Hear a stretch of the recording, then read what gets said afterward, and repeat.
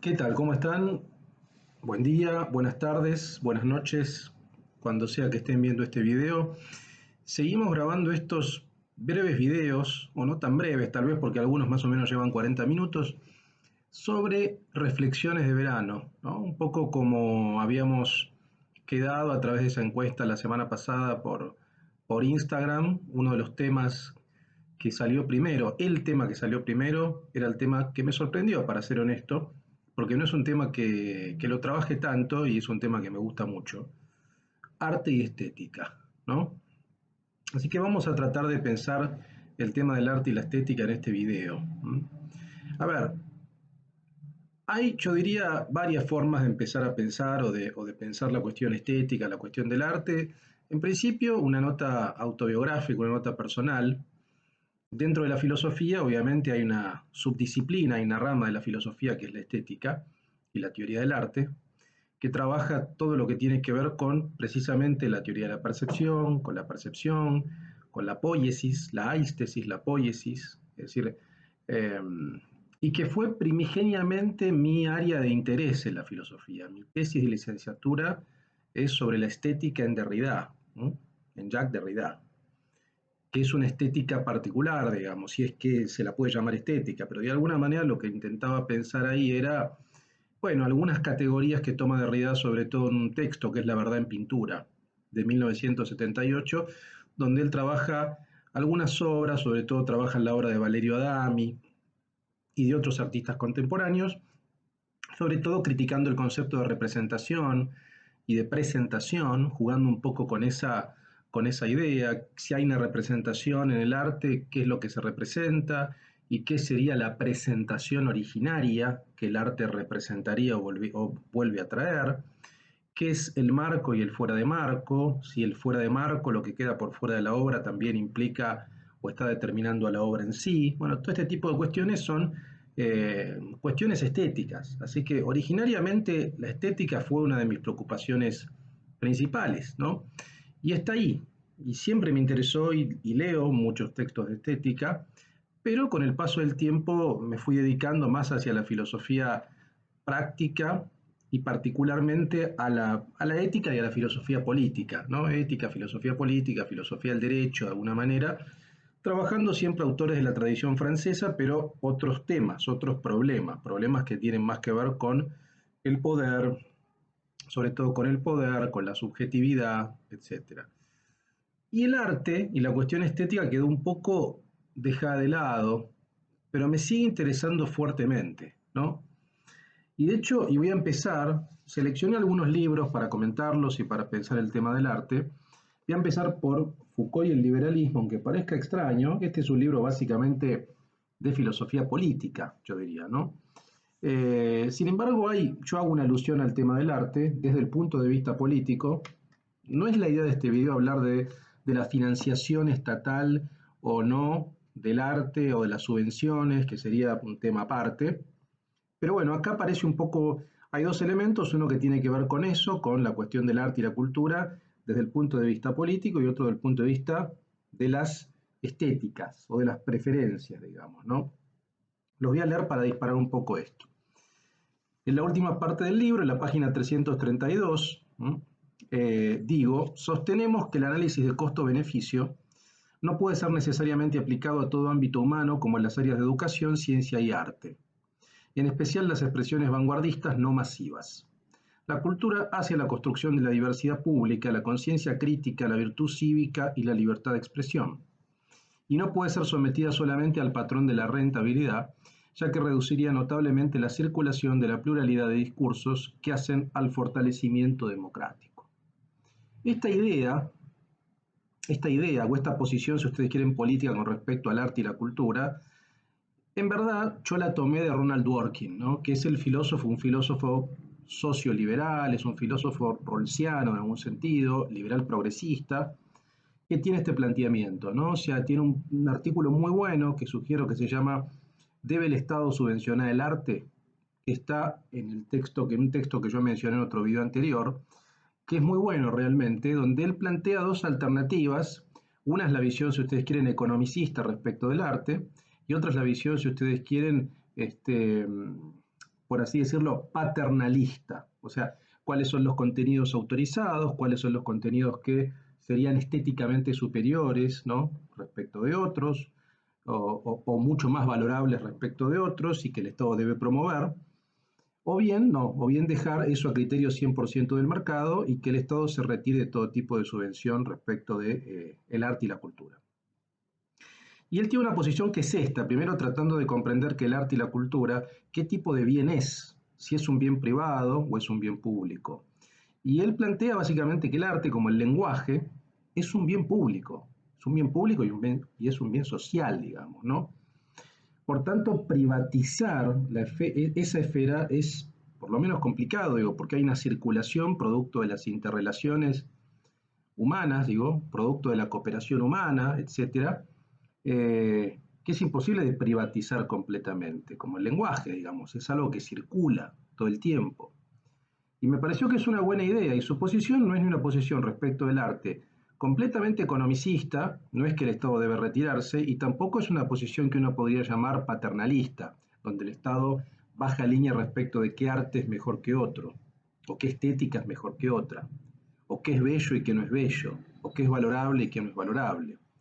Él tiene una posición que uno podría llamarla intermedia, digo, el Estado tiene que ocupar un rol en la cuestión, digamos, artística, sobre todo en lo institucional, por ejemplo, en los museos públicos, en que haya acceso a la ciudadanía respecto del arte, que no sea solamente para ciertos sectores que pueden pagar una entrada cara, por varias razones. Primero, por esta primera razón, porque el arte y la cultura es un bien público, no es un bien privado. Y en segundo lugar, por estas características que yo mencioné, o si ustedes quieren, incluso en términos económicos, hay externalidades positivas en que haya mayor acceso al arte. Es decir, ¿por qué? Bueno, porque si se supone que mayor gente accede al arte, se torna más crítica, más sofisticada, más plural, más tolerante, a expresiones estéticas disímiles, a discursos también disímiles, y por tanto la sociedad va a ser mucho más plural, mucho más democrática. Entonces, las externalidades del acceso a la cultura para el gran público son positivas, no son negativas. Vamos a tener una ciudadanía mucho más fortalecida y mucho más educada. Entonces, y por otra parte, lo que plantea Dworkin es que más bien la subvención del Estado respecto al arte tendría que ser a través de mecanismos como el mecenazgo, por ejemplo, ¿no? O sea, que haya algún tipo de desgravación fiscal a los empresarios que invierten en arte, a los empresarios que ponen fundaciones para dar algún tipo de ayuda a artistas, bueno, que haya algún tipo de desgravación fiscal, que haya algún tipo de leyes de este tipo de mecenazgo, o bien la construcción de instituciones, de estructuras, donde se alojen no solamente cuadros, sino también instituciones que tienen que ver con teatros públicos, por ejemplo, ¿no? Y discrimina muy bien Dworkin en ese texto también varias esferas, o sea, una cosa es el arte que uno podría llamar 100% comercial, eso se ve muy bien en el teatro, digamos, ¿no? Que hay tres esferas, ¿no? Lo que es el teatro comercial, o en ese teatro no necesariamente tiene que tener como ningún tipo de financiamiento público, porque son obras que recaudan, son obras comerciales, con figuras muy conocidas, y ahí el Estado no tendría que tener ninguna injerencia. Los empresarios teatrales van a riesgo y a veces ganan, a veces pierden, punto. Después hay un teatro público, que es este que tiene que ver con esto, con el fortalecimiento democrático, digamos, ¿no? No sé, un teatro como el San Martín, donde, por ejemplo, se ponen obras clásicas que no necesariamente son altamente rentables, pero que es interesante o que se pueda tener acceso a ver una tragedia griega, por ejemplo, ¿no? Y luego tenemos, ahí sí hay un rol del Estado, y luego tenemos el teatro off, lo que es el teatro independiente, que en general gran parte de los artistas independientes se autofinancian, o sea, son esquemas autogestivos que no dependen del Estado, o a veces sí hay algún tipo de subvención del Estado en lo que tiene que ver, por ejemplo, con el mecenazgo y demás. Entonces, me parece que es un mecanismo intermedio. ¿No? Yo estoy claramente a favor, ¿no? De que tiene que haber una presencia del Estado, porque realmente creo eso, creo en que, en que, que es mucho más saludable socialmente, ¿no? Para todos. Obviamente después hay que discriminar, digamos, ¿no? Hay algunas funciones que han pervertido organismos oficiales. obviamente, digamos, ¿no? Una cosa es esta finalidad que uno puede considerar benéfica, que yo considero benéfica, y otra cosa es, no, bueno, cuando hay corrupción en entes públicos que tienen que ver con el arte y la cultura, este, por supuesto, ahí sí, esa no es la idea, ¿no? Esa no es la idea. Eh, pero no es el propósito hablar básicamente de la financiación o del rol del Estado en relación con la cultura. Lo menciono porque era el disparador. Y por otra parte, digo, cuando hablo de lo liberal y lo libertario, que ya lo mencionamos en otro video, pero quiero retomar eso, digo, el elemento libertario en el cual sentimos afinidad es en el plano ético y estético. En otras palabras, valoramos la diversidad, los modos de vida, la experimentación, la autogestión. Estéticamente estamos atravesados por una sensibilidad que proviene de la contracultura y la vanguardia. Y ahí me quiero quedar, ¿no? Estéticamente, vanguardia y contracultura. Es medio complicado, digamos, ¿no? Por ahí, porque es muy amplio también hablar de una estética contracultural o de la vanguardia. Pero ahí ya sí, cuando salimos de la cuestión, si ustedes quieren, de la financiación, o tiene que ver, siempre tiene que ver con algún tipo de cuestión política, pero, o siempre hay un vínculo político, pero si nos centramos sobre todo en la teoría de la percepción, ¿no? De la construcción sensorial, de lo que llama Deleuze los perceptos y los afectos, que son dos ideas que a mí me resultan muy atractivas, ¿no? Deleuze dice, por ejemplo, que la filosofía es producción de conceptos, ¿no? Trabaja algo así como esculpiendo del fluido del pensamiento conceptos. Un concepto sería algo así como una función intelectual extraída del fluir del pensamiento. El pensamiento sería mucho más vago, el concepto es extraer de ese fluir un elemento particular, ¿eh? Que tiene atributos, características, y que nos ayuda a pensar o a definir determinadas cuestiones. El arte no trabaja con ese tipo de concepto intelectual, sino que trabaja con percepto y afecto, dice. Un percepto sería algo así como un concepto de la percepción y un afecto sería algo así como un concepto afectivo. Vale decir, el arte trabaja con sensaciones, el arte trabaja con afecciones, todo tipo de arte. Las artes plásticas, el cine, el teatro, la música, la literatura, la danza, ¿m? Trabajan con afectos y perceptos, o sea, nos hacen percibir la realidad de otra manera, nos hacen sentir de otra manera, nos emocionan, hacemos catarsis, lloramos, nos reímos, digo, está impactando directamente en la sensibilidad y en la percepción que tenemos sobre objetos, sobre relaciones, por tanto no trabaja con lo conceptual, digamos, que es esa cristalización puramente intelectual, o como dice Deleuze también, con las funciones, con los functores y las funciones, que es algo de la ciencia. La ciencia trabaja con funciones, la filosofía trabaja con conceptos y el arte trabaja con perceptos y afectos. Siempre me resultó muy atractiva esa idea que tiene Deleuze y creo que hay algo de eso. Es decir, entonces, por un lado, tenemos que pensar eso, ¿no? Si hablamos de estética, hay que hablar de afecciones y hay que hablar de percepciones. Y dentro de ese universo habrá ciertas sensibilidades que nos atraen más, que son más propicias con nuestra subjetividad y otras que no. Entonces, cuando yo digo que estéticamente me interesa la vanguardia, es que desde el punto de vista de lo perceptual y desde el punto de vista de lo afectivo, tengo más afinidad con ese tipo de estéticas. Ahora, la cuestión de la vanguardia también es enorme, porque uno podría decir, bueno, están las vanguardias históricas a principios del siglo XX, el surrealismo, el dadaísmo, el cubismo, que me interesan, sobre todo el surrealismo y el dadaísmo. Estamos hablando de principios del siglo XX, 1900, 1910, 1920. ¿Mm? Pero a mí particularmente, cuando hago alusión a esa palabra, a mí me interesa sobre todo el arte, como en general trabajo la filosofía de la segunda mitad del siglo XX, y me interesa la cultura de la segunda mitad del siglo XX en adelante. Entonces, las expresiones estéticas que me interesan vienen de la posguerra, de la segunda posguerra en adelante, o sea, de fin de los 40 en adelante, la década del 50, 60, 70, 80, 90, etcétera, ¿no?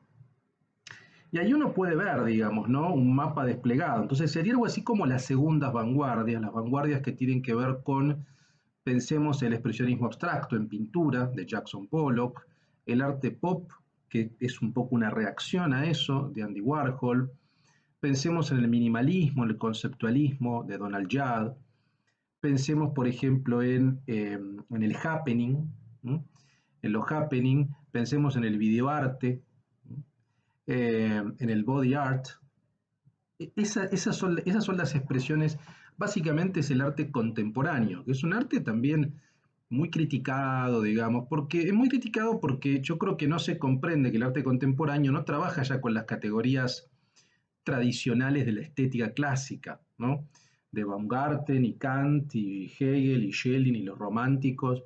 Vale decir, ya no se piensan los objetos estéticos que están en un museo o las intervenciones estéticas de los museos a partir de la belleza. O sea, habrá cuadros que nos pueden traer resonancias a lo bello, pero no necesariamente ya pensamos con las categorías de lo bello y lo sublime, por ejemplo, que son categorías clásicas de la estética clásica, kantiana, ilustrada, ¿no? Ya no se piensa con esas categorías. No, o sea, el arte contemporáneo, si la pensamos a partir de esas categorías de la belleza y lo sublime, o de lo bello y lo sublime, es lógico que nos resulte extraño, ¿no? O que nos resulte refractario, o que nos resulte feo, o desagradable, ¿no? O chistoso, ¿m? O mamarrachesco también a veces. Bueno, porque la interpelación es más bien conceptual, es sensorial, o sea, es perceptual y sensorial, pero sobre todo después también es intelectual, o sea, tiene mucho que ver con una reelaboración intelectual. Entonces, son intervenciones que no se pueden tamizar a partir de la belleza necesariamente, aunque algunas aún sí. Yo traje tres libros acá, uno que se llama Desnudez de Giorgio Agamben, otro que se llama Francis Bacon, Lógica de la sensación de Gilles Deleuze, y otro que se llama Pasados citados por Jean-Luc Godard de Georges Didi Huberman. A mí me parece que estos tres autores, tres filósofos, Deleuze, Agamben y Didi Huberman, son tres grandes filósofos del arte, ¿no? Aunque son conocidos, por ejemplo, Agamben, no, en general se lo cita mucho por su filosofía política, por su trabajo en Homo Sacer, a partir de 1995, pero sus primeros textos son textos que tienen que ver con la estética, y este Desnudez, como por ejemplo Profanaciones también, este es mucho más reciente, es un libro de 1900, o ya les digo, de 2000, no, perdón, no de 1900, 2009. Me encanta, sobre todo un artículo que da nombre, que se llama Desnudez, donde Agamben analiza una obra, una performance de la artista Vanessa Bicroft en la Neue Nationale Galerie de Berlín, en 2005, donde habla de la noción, habla sobre la desnudez, sobre los cuerpos y sobre la gracia, el concepto de gracia en la religión, vinculado con el vestido, o sea, la desnudez y el vestido y la cuestión de la gracia, ser agraciado o no agraciado en relación con el vestido. Me parece fascinante, les quiero leer un fragmento. Este otro, el de Deleuze, de Francis Bacon, que yo creo que es un texto extraordinario también, donde él hace una diferencia entre el cuerpo y los rostros de las obras, a partir del pintor, también de la nueva figuración, que es un movimiento que me interesa bastante, de Bacon, ¿no? Hace una diferenciación entre la figuración y la figura, ¿m? Que les quiero leer un fragmento. Y después Didi Huberman, acá Didi Huberman lo que hace es repasar la obra de Jean-Luc Godard, célebre director de cine que acaba de cumplir 90 años hace poco, el padre de la Nouvelle Vague, otro movimiento que podemos sumar a las estéticas que me resultan afines, digamos, ¿no? Los nuevos cines, lo que se conoce como los nuevos cines que comienzan después de la posguerra también, digamos, ¿no?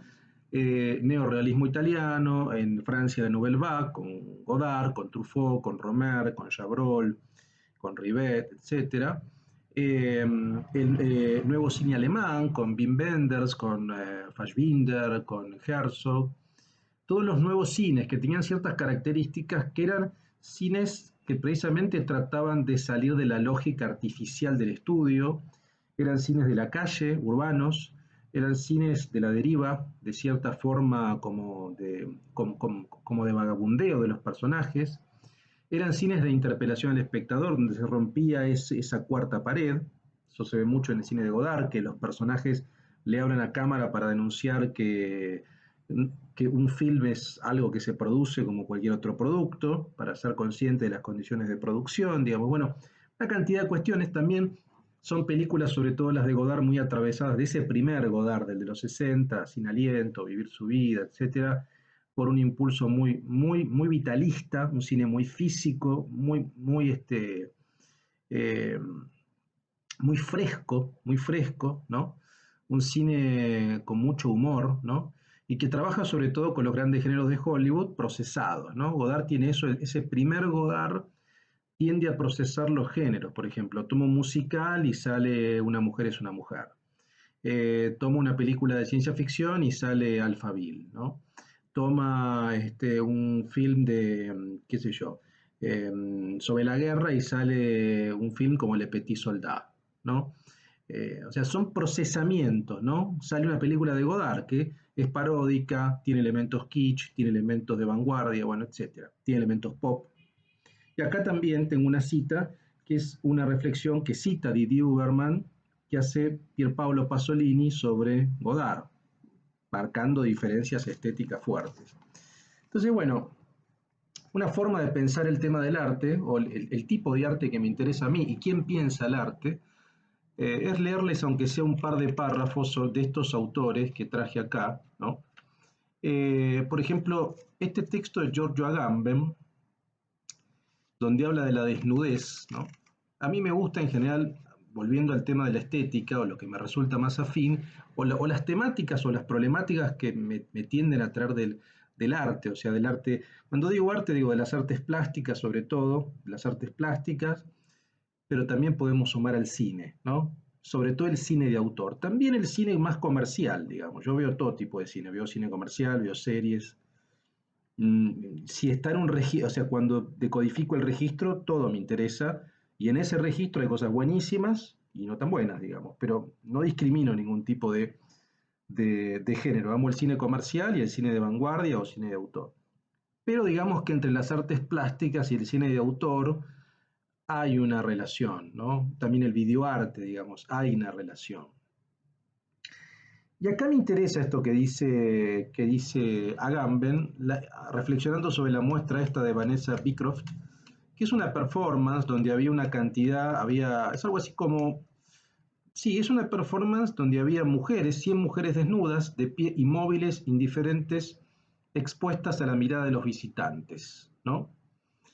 Y a partir de eso va haciendo una reflexión Agamben sobre la desnudez, ¿no? Dice, por ejemplo, que la gracia sea algo así como un vestido, significa que ésta, como todo vestido, ha sido agregada y que puede ser quitada. Pero también significa que precisamente por eso su adición ha constituido en el origen la corporeidad humana como desnuda, y su sustracción siempre vuelve a exhibirla como tal, ¿no? Que la gracia es un vestido y la naturaleza una especie de desnudez, lo ha subrayado con fuerza Peterson. ¿Mm? Bueno, esta idea me parece interesante, digamos. Acá hace, obviamente, echa mano sobre todo el texto bíblico, ¿no? Habla del Génesis respecto de la desnudez, ¿no? Eh, para pensar esta obra, pero no es tanto lo que me interesaba el tema, sino sobre todo el tema del desencanto de la belleza, ¿no? Vean lo que dice acá, página 127, ¿no? Esta actitud, común a muchas mujeres bellas, podría definirse como nihilismo de la belleza. Esta consiste en reducir su propia belleza a pura apariencia y en exhibir esa apariencia después como una especie de tristeza desilusionada, desmintiendo con obstinación toda idea de que la belleza pueda significar algo diferente de sí misma. Pero es precisamente la ausencia de ilusiones sobre sí misma, la desnudez sin velos, que la belleza consigue de ese modo la que le provee su más temible atractivo. Ese desencanto de la belleza, ese especial nihilismo alcanza su estadio extremo en las mannequins y en las modelos, que antes que nada aprenden a anular toda expresión del rostro, de forma tal que éste se vuelve puro valor de exposición y adquiere por tanto un encanto particular. Esto me interesa, esta expresión de nihilismo de la belleza o desencanto de la belleza, como una suerte de sobriedad, una suerte de ausencia de gestualidad que implica una belleza particular desencantada, ¿no? Algo de eso hay, si uno ve también incluso en las formas de actuación, en las formas de actuación del cine de los años 60, 70, de las películas de Godard, de Antonioni, hay algo de ese desencanto de la belleza, ¿no?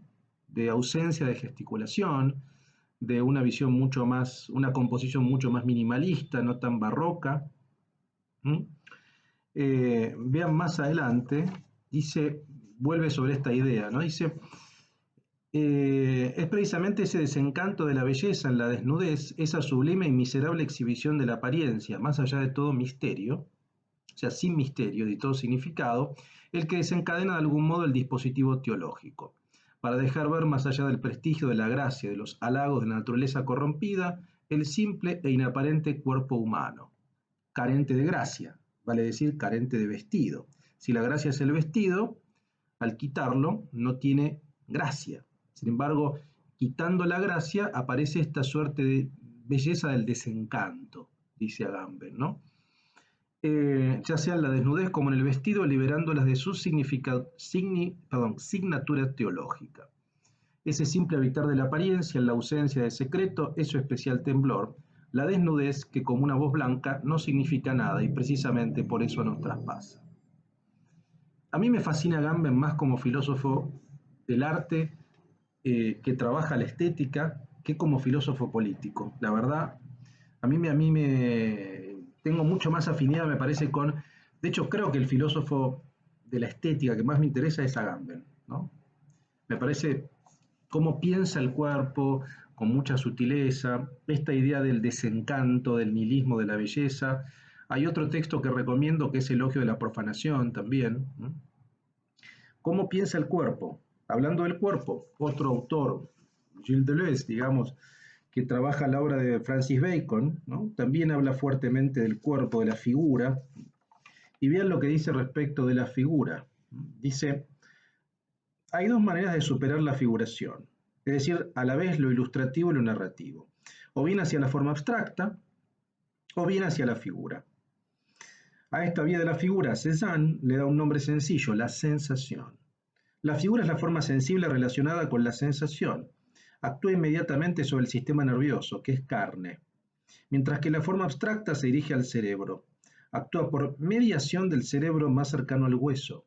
Ciertamente, Cézanne no ha inventado esta vía de la sensación de la pintura, pero le ha dado un estatuto sin precedentes. La sensación es lo contrario de lo fácil y lo acabado, del cliché, pero también de lo sensacional, de lo espontáneo.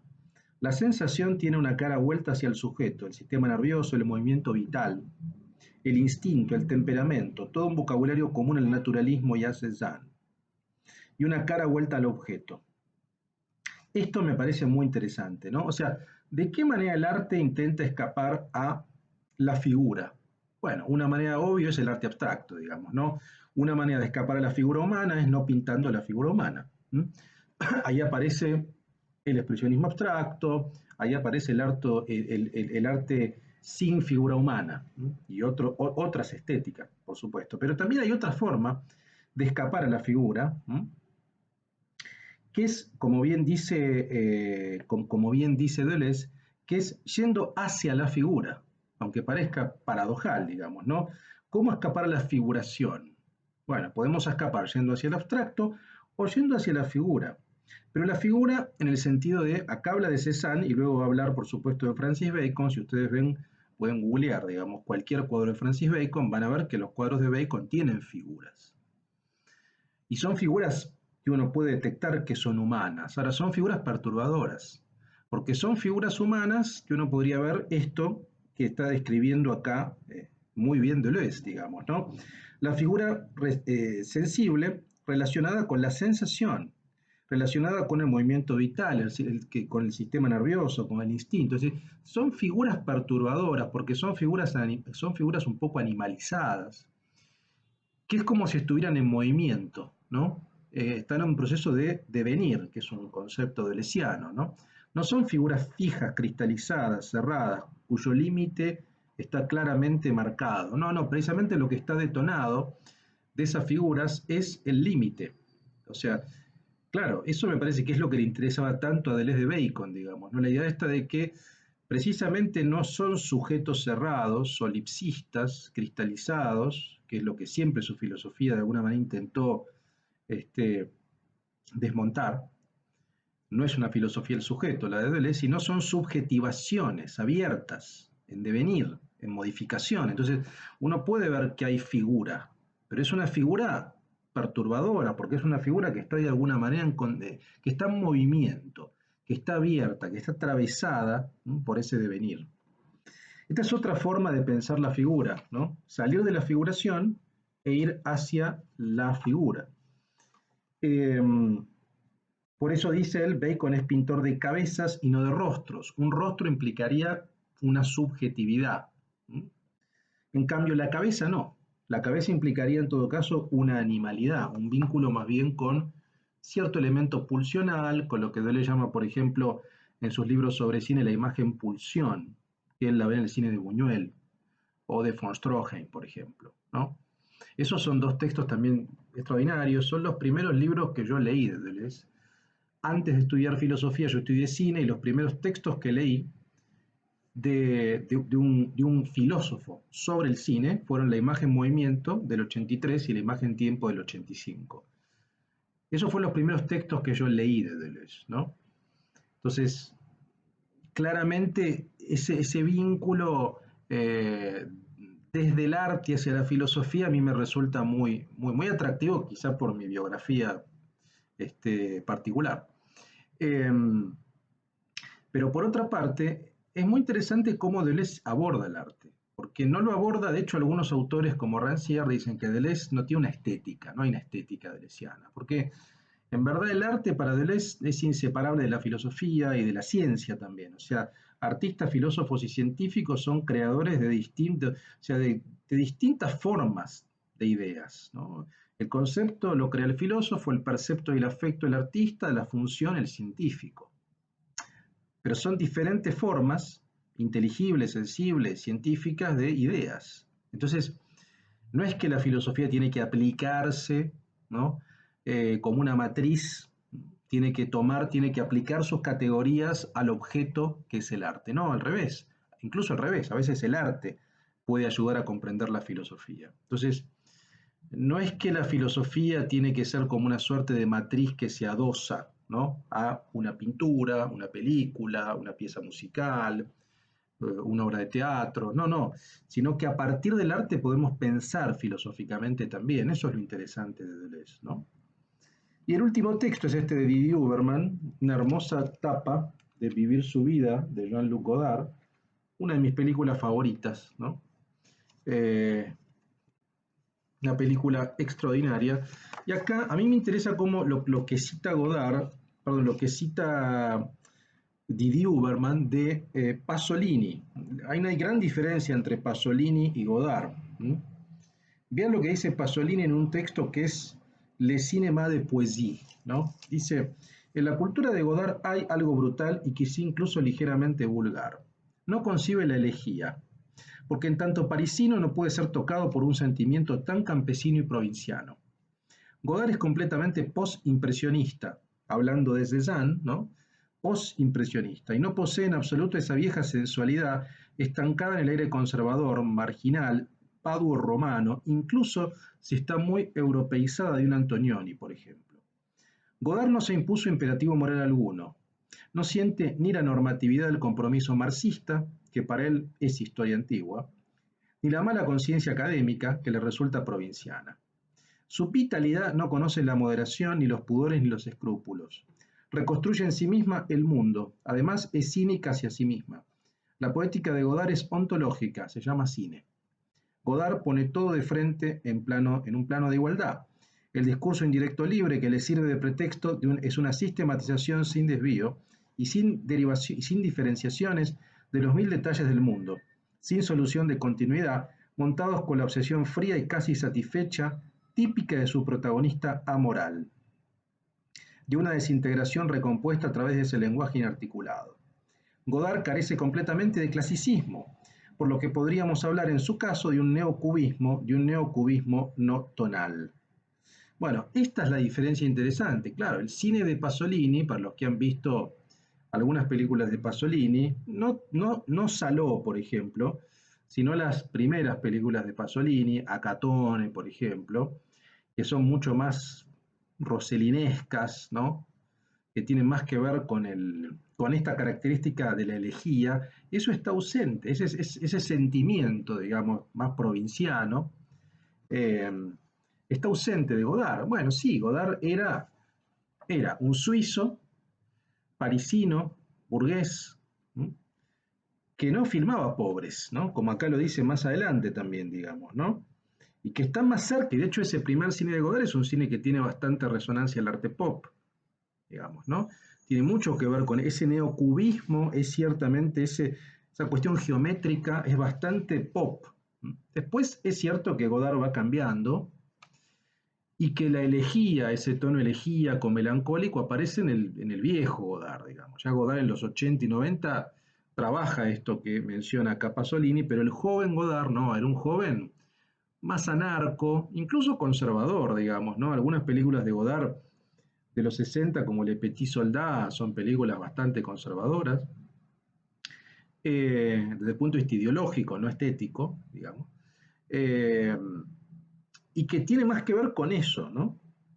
Vean acá lo que dice Didi Uberman, ¿no? Creo que es Didi Uberman, no sé si está citando a alguien, no, es el propio Didi Uberman, dice, eh, cuando en su artículo sobre el cine de poesía, Pasolini afirma que Godard no puede ser tocado por un sentimiento campesino y provinciano, eso significa que no hay cuerpos pobres en las películas de Godard y en consecuencia ninguna búsqueda acerca de esa supervivencia de los gestos antiguos que atravesará tan profundamente su propio cine.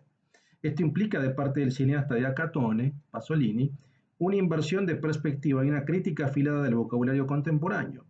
Lo que se denomina en los años 60 la vanguardia pop, se trata de Andy Warhol o de Godard mismo, cuyos rasgos de artista pop son innumerables. No sería sino un fenómeno estético atrapado en la trampa del neocapitalismo y caracterizado justamente por su incapacidad para poner en acto los elementos populares a los que Pasolini estaba por su parte tan apegado.